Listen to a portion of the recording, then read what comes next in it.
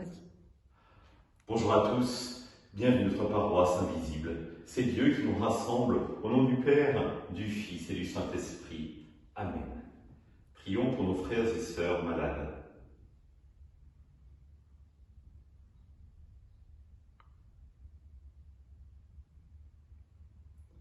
Prions pour ceux qui ont l'angoisse, la solitude, que l'Esprit Saint vienne les visiter.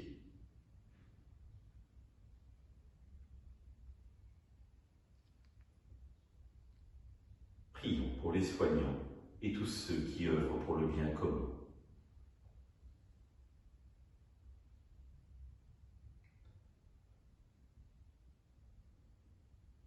Et pour manifester notre communion, je vais maintenant allumer cette bougie au cierge pascal.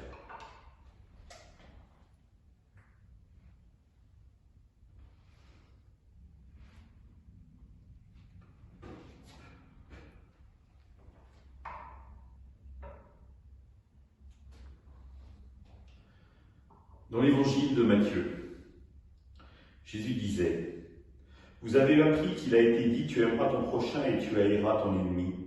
Eh bien moi je vous dis, aimez vos ennemis et priez pour ceux qui vous persécutent, afin d'être vraiment les fils de votre Père qui est aux cieux. Car il fait lever son soleil sur les méchants et sur les bons. Il fait tomber la pluie sur les justes et sur les injustes. En effet, si vous aimez ceux qui vous aiment, quelle récompense méritez-vous? Les publicains eux-mêmes font-ils pas autant? Et si vous ne saluez que vos frères, que faites-vous d'extraordinaire? Les païens eux-mêmes ne font-ils pas autant? Vous donc, vous serez parfaits, comme votre Père céleste est parfait. Acclamons la parole de Dieu. Louange à toi, Seigneur Jésus. Être frère, être sœur, bah oui, on l'est de naissance. Et quand on est chrétien, on se dit, ah bah oui, on l'est de notre baptême. Mais le Christ nous dit non, soyez des fils véritables, des filles véritables de votre Père. Cela voudrait dire que ce n'est pas un donné, ça veut dire que ce n'est pas acquis dès notre baptême. Et c'est toujours comme ça la tradition chrétienne. Tout est donné du côté de Dieu, c'est-à-dire qu'effectivement, pour Dieu, nous sommes ses fils, son fils et sa fille, le jour de notre baptême. En revanche, tout reste à faire de notre côté.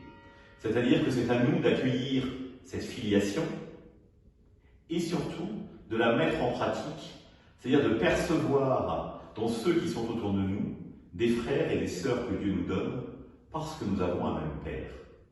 Et là, évidemment, nous rendons compte dans ces cas-là que cette filiation, elle est à travailler chaque jour. Et ce n'est pas si simple. Comment puis-je considérer comme frère ou comme sœur celui qui m'a fait du mal? Comment puis-je considérer comme frère ou sœur celui qui m'a trahi? Et Jésus nous dit, il nous invite à aimer. Non pas aimer avec des sentiments, mais aimer comme un acte de la volonté.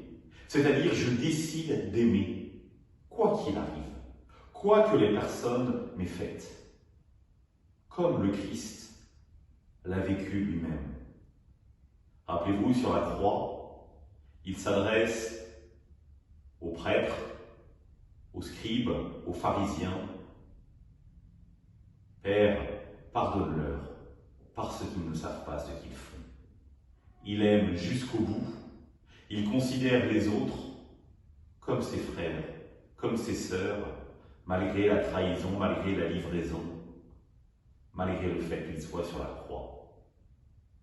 Il aime jusqu'au bout. Alors à nous de rentrer dans cette dynamique de filiation. Et ce qui est extraordinaire, c'est que Jésus ne nous laisse pas seuls, il nous donne son esprit pour que nous puissions vraiment voir en l'autre un frère, une sœur que Dieu nous donne et que nous décidions aujourd'hui de l'aimer.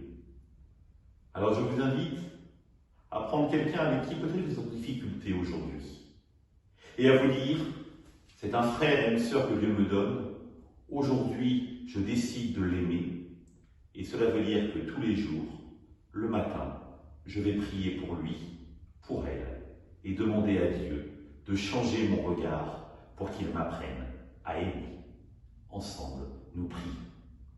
Notre Père, qui es aux cieux, que ton nom soit sanctifié, que ton règne vienne, que ta volonté soit faite sur la terre comme au ciel. Donne-nous aujourd'hui notre pain de ce jour.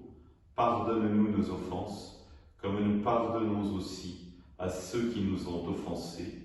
Et ne nous laisse pas entrer en tentation, mais délivre-nous du mal. Amen. Que le Seigneur nous bénisse, nous accompagne notre journée, nous garde dans la paix. Au nom du Père, du Fils et du Saint-Esprit. Amen. À demain.